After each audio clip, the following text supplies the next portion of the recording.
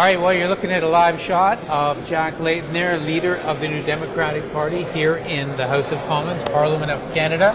And one of the big issues, of course, that Mr. Layton has talked about a lot is Afghanistan, and particularly now that we've had a throne speech from the government talking as well about Afghanistan. We've had a vote that actually passed that speech from the throne.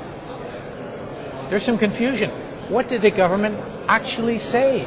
Are we staying in Afghanistan longer than we anticipated or not? I don't know. I'm confused. I know a lot of you are confused as well.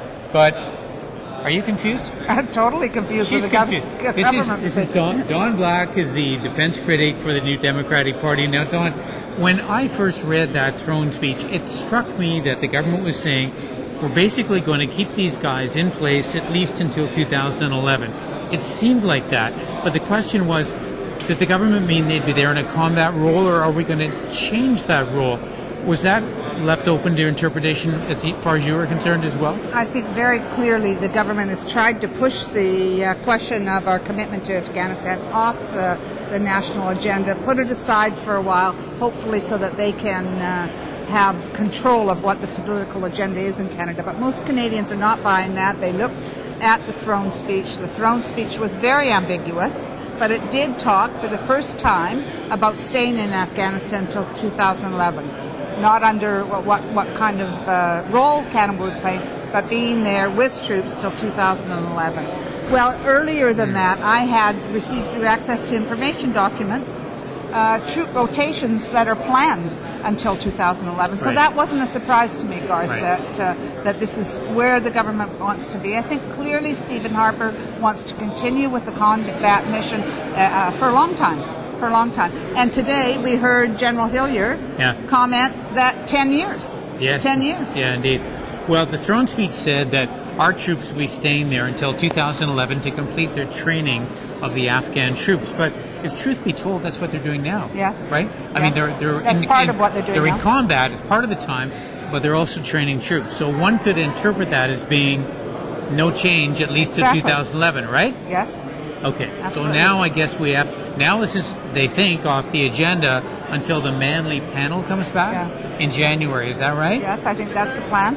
Okay. And it's interesting to see a man who was the deputy premier with the Liberal government be taken in by the Harper Conservatives in order to provide that foil for them while they try to seize the agenda, the political agenda in Canada. Now, can you articulate again the NDP position, which is basically to get those guys out of there now?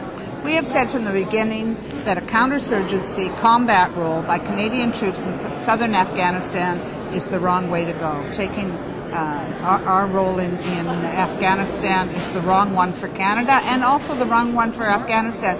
There's reports out daily. Another one came out today I was reading about the lack of safety and security for children, that more children are being killed by aerial bombings, that it's unsafe for children to go to school because of some of the what's happening around the combat mission. We're not bringing peace and security, and in fact, the security situation in southern Afghanistan has only become worse and worse day by day. But might not it be worse if we cut and run and leave the Afghan people unprotected? You know, nobody's talked about leaving Afghanistan and not playing a role for peace and security in Afghanistan. The question is, what is the best way to provide security and peace? We believe, New Democrats believe, that you don't win peace through the barrel of a gun, that every war in history has been resolved through negotiations, through political means, not with war. They all end with negotiations, and you know, most Afghans want to see negotiations started as well, and an actual peace process that would bring security. And does that mean there's still a role for Canadian troops to play? Perhaps. Yeah. Perhaps. Okay. But not in a combat counterinsurgency way. Okay, speaking of combat, my last question is about the election, okay? Because we all tore our guts out here about this throne speech stuff this week, how we were going to handle it. Okay, take me inside the NDP caucus. You're sitting there, Jack's giving a big speech. Do you guys want an election? That was never the question for us. really wasn't. No? It was never the question. We looked at what was in the we looked what we hoped to see in the throne speech. We talked about the needs in this country for affordable housing, healthcare, environment is a huge concern, and we wanted to see some change in direction in the role that our troops are playing in Afghanistan. None of that was included in the throne speech. None of it. There's nothing in that throne speech that will make life any easier for ordinary working families.